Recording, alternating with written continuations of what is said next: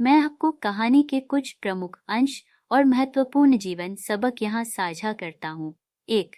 सिद्धार्थ गौतम का जन्म और बाल्यकाल। सिद्धार्थ गौतम का जन्म लगभग 563 ईसा पूर्व नेपाल के लुम्बिनी में हुआ था। उनके पिता राजा शुद्धोधन और माता महामाया थी। जन्म के समय एक ज्योतिषी ने भविष्यवाणी की थी कि सिद्धार्थ या तो महान सम्राट बनेंगे या एक महान संत।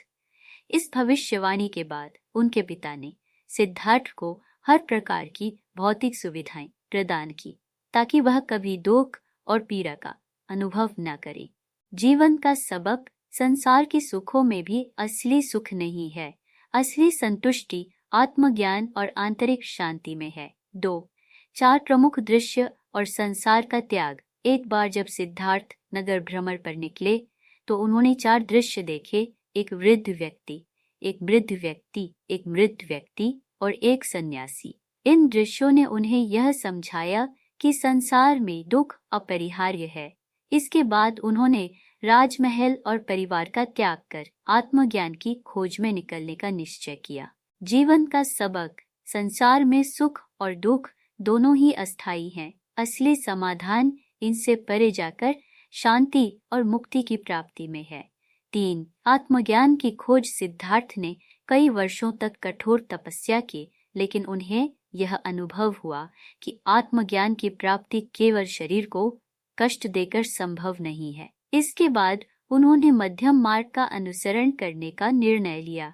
अंततः बोधगया में पीपल के वृक्ष के नीचे ध्यान करते हुए उन्होंने आत्मज्ञान प्राप्त किया और वे बुद्ध बन गए। जीवन का सबक: चरम सीमाओं से परे मध्यम मार्ग ही सही मार्ग है। आत्मसंयम और ध्यान के माध्यम से ही जीवन में सच्ची शांति और ज्ञान की प्राप्ति हो सकती है।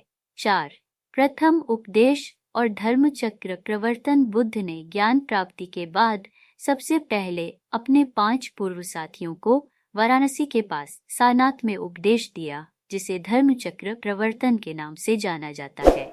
इसमें उन्होंने 4 आर्य सत्य और अष्टांगिक मार्ग की शिक्षा दी, जो बौद्ध धर्म की नींव बने। जीवन का सबक: संसार में दुख है, लेकिन इसे समाप्त करने का मार्ग भी है। 4 आर्य सत्य और अष्टांगिक मार्ग का पालन करके हम इस दुख से मुक्त हो सकते हैं। 5. करुणा और अहिंसा का संदेश।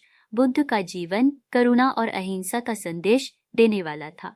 उन्होंने सभी जीवों के प्रति करुणा और प्रेम का भाव रखने की शिक्षा दी।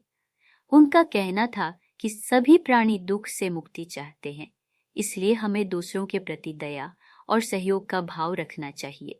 जीवन का सबक: करुणा और अहिंसा जीवन के सबसे महत्वपूर्ण मूल्य हैं। दूसरों के दुख को समझना और उनकी मदद करना ही सही मानवता है। 6.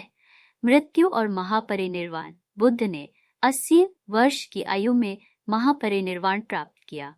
मृत्यु से पहले उन्होंने अपने शिष्यों को यह उपदेश दिया कि संसार में हर वस्तु नाशवान रहना चाहिए। जीवन का सबक: जीवन अनित्य है, इसलिए हमें अपने जीवन को सही दिशा में लगाना चाहिए। सत्य और धर्म ही हमें मुक्ति दिला सकते हैं। यहाँ यह कहानी एक व्यापक दृष्टिकोण देती है।